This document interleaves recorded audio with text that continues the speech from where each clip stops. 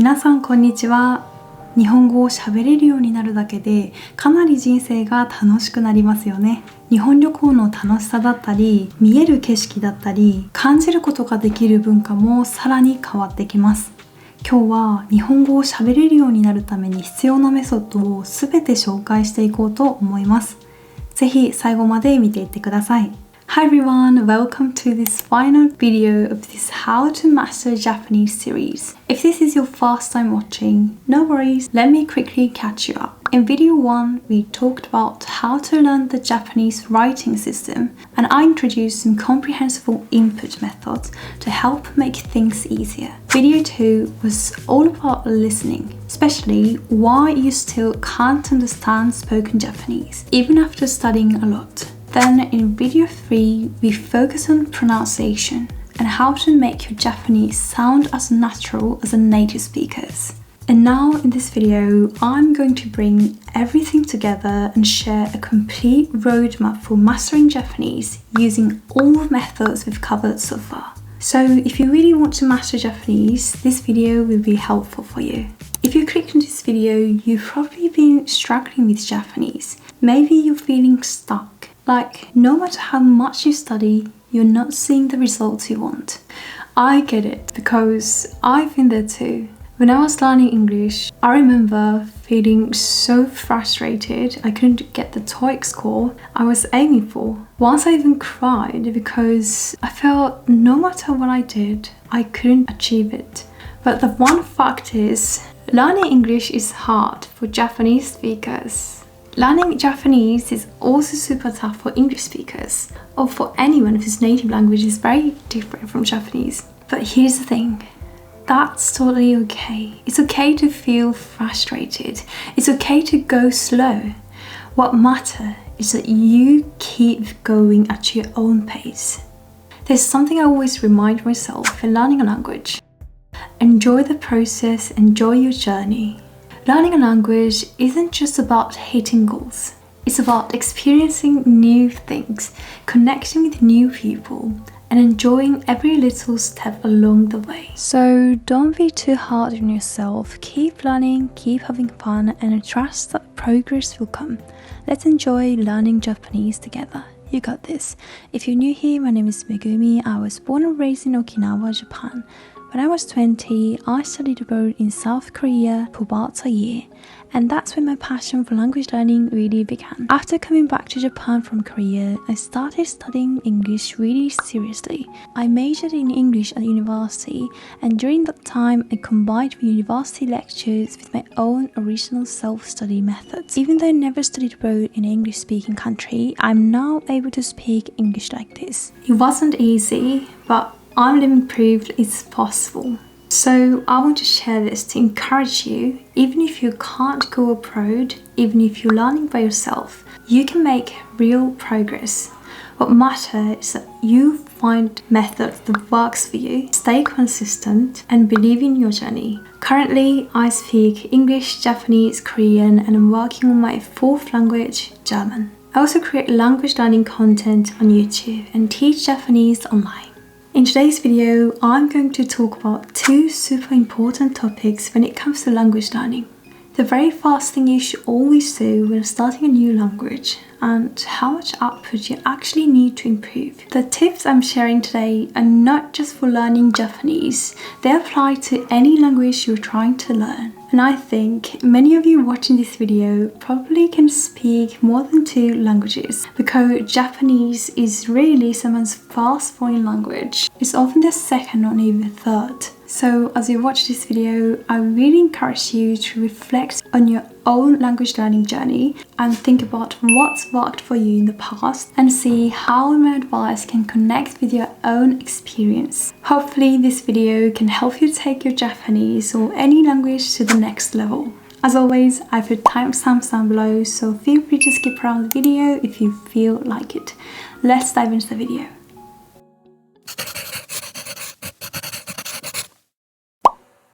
Alright, let's dive into the main point fun. Pronunciation first.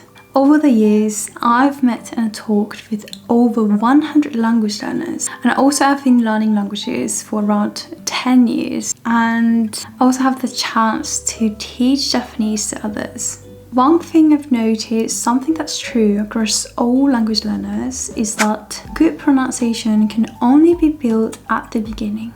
Think about how you learned your first language as a child. You started by listening, then moved to speaking, focusing on pronunciation, then engaging in conversations, and finally writing. That's the natural and most efficient order. But here's the thing, many language learners skip the pronunciation part. Why? Because it feels faster to jump straight into speaking or writing. And yes, you can start output sooner that way.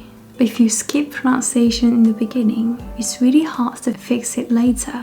Some people can improve their pronunciation after becoming fluent, but it takes a lot more time and effort than if they're just focused on it from the start. Personally, I've been told my pronunciation in both English and Korean is really good. And honestly, I used to think it was a natural talent. But then I read a book called Fluent Forever by Gabriel Weiner, and something clicked. He said exactly what I had experienced. The better you internalize good pronunciation habits in the beginning, the less time you waste hunting down broken words. I trained myself to pronounce exactly what I heard. I did this over and over again through shadowing, listening and repeating, mimicking the sounds as closely as possible. If you want to know the exact method how I did, definitely check out my video Actual 3, where I explain it in detail. But let me tell you one thing when it comes to shadowing. Choose one video and shadow it until you can do it perfectly, with no subtitles, just your ears. Try to do this over the course of a month. Understand every word and phrase in that video and be able to shadow it naturally. Some people might finish one video per week. That's cool, but it depends on how different your target language is from your native language. And one more important tip, when choosing a video to shadow, pick one when only one person is talking and choose someone whose voice and speaking style you like. That makes a big difference. But to be honest, I've recommended this method to a lot of people, but I've never seen someone do it every day for a whole month. I think it's because most people put pronunciation and accent low on their priority list. But let me ask you, when someone speaks your native language with a beautiful accent, doesn't it make you feel connected to them? For me, when someone speaks Japanese with a clear pronunciation, it makes me feel, wow, this person must really love my language. They care enough to understand my culture too. And I'm sure you feel the same. So please trust me on this. Try it seriously for just 1 month. Then send it to me, a DM, or record yourself and share it with a native speaking friend. You might not notice the improvement yourself, but I promise a native speaker will. Let's build pronunciation fast. You can do this. If you've made it this far and you've successfully shadowed at least one full video, then you're ready to move on to the next one. Main point 2. Input and output. Here's what I want to do next. Take any Japanese video you like and make sure you understand every word, every phrase. Anything you don't understand, write it down and create your own original vocabulary list. Once you fully understand the content, I want you to talk about the video. What was the video about? What were your thoughts on it? What did you make you feel or think? You can either say it to someone or you can record yourself and keep a log of your progress. Let me give you an example. 私は少し前までかなりの時間を SNS を見ることに使っていました。というのも眠る前に携帯を見てたり、起きた後にすぐ携帯を見たりと本当に時間がもったいないなと感じていました。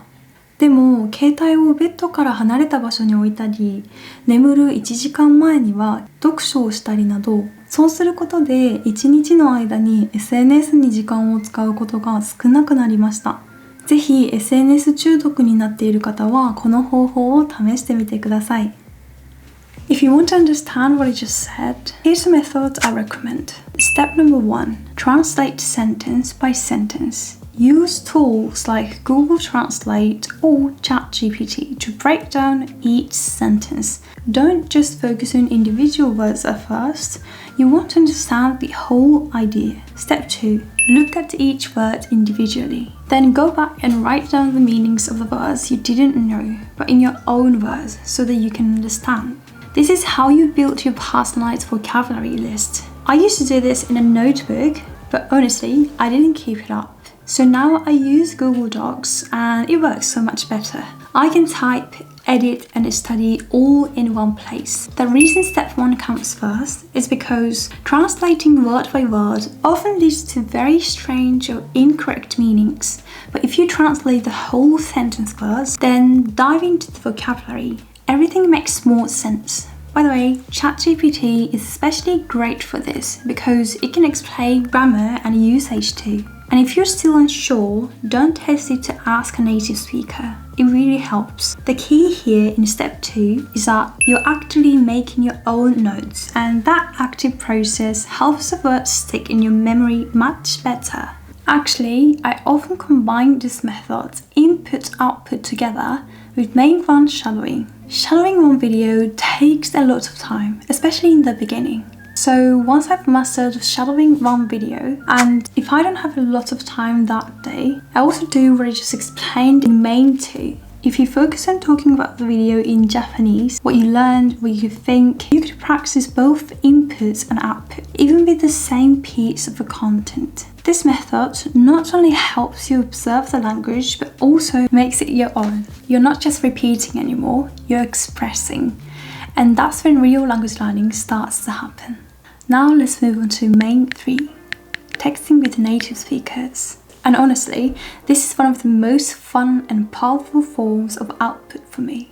There's a huge difference between people who regularly chat or speak with native speakers and those who don't. If you're just studying on your own, you're only exposed to the kind of language you can find, and there's always a filter. But when you talk with natives, you get to experience the language as it's regularly used. You see or hear real phrases, natural expressions, and you get to feel the language. It gives you input and output at the same time. I've personally been using HelloTalk and it's been amazing. This is because your language partner is learning your native language and you're learning this. It's true win-win relationship. If you're lucky, you can even make a genuine friend or long-term language partner. I have some as well. Now, if you're not ready for phone calls or voice chat, that's totally fine. What matters most is consistency. Try to text every day, even just a little message. Talking about your day, asking a question, saying good morning. By texting regularly, you start to notice how native speakers really express themselves. You will pick up natural sentence structures, words, little cultural touches, all the things textbooks don't teach you. And the best part is that you're not just learning a language, you're building real connections with people. Now let's talk about main 4. Reading out loud, listening to news and podcasts. This part is especially effective for learners who are already at an advanced level. People who can hold conversations or watch videos without subtitles. At this stage, it's all about refining your language. The language you find in books, news or formal content is usually grammatically perfect and uses vocabulary in a very natural, precise ways. So by reading or listening to that kind of content, you naturally observe clean, correct Japanese. Now you might be wondering, why do I recommend reading out loud? The answer is simple. Reading out loud trains your facial muscles, your tongue, your voice, just like speaking. You can't learn to speak fluently by only reading with your eyes. Your mouth has to get used to forming the sounds. Personally, I often read standing up and sometimes I record my voice while reading and send it to a native speaker to get feedback. But to be honest, I prefer watching rather than reading most of the time. So I only read when I feel like it. But when I do, I make it intentional and active. Of course, you can mix and match this method with the ones from analyzing and speaking about a video. Or main 3, texting with native speakers. It all depends on what works best for you. let's also talk about podcasts and news parts. One of the best reasons to listen to Japanese news is not just for language practice, but to learn what topics are actually being talked about in Japan right now. What are Japanese people interested in? What are they discussing in the media? Even if you can speak Japanese well, if you don't know the topic, you won't be able to join the conversation or even follow it. I've experienced that myself. So by listening to the news, you're not just improving your Japanese, you're also learning about Japanese culture, society, and what people care about. And that makes your conversations richer, more natural, and more meaningful. So here's a summary to mastering Japanese. Number 1. Schedule one full video per month to train your pronunciation every single day. Number 2. Choose one piece of content, understand it 100% and talk about your thoughts on it daily. Number 3. Text or talk with native speakers every day to get real life input and output. Number 4. Read out loud, listen to news and podcasts to train advanced skills and stay connected to Japanese culture. It's been said that mastering Japanese takes over 2,000 hours. If you study 3 hours a day, that's about 2 years of consistent learning. It's a long journey. But don't forget, you chose this language. You chose to learn Japanese. So please enjoy the process, enjoy your journey. And remember, you're not alone. Let's keep learning, growing, and getting better together. That's it for today. Thank you so much for watching. And I also have a Japanese podcast channel and Korean channel. If you're interested, please check it out. And I'll see you in the next video. Bye!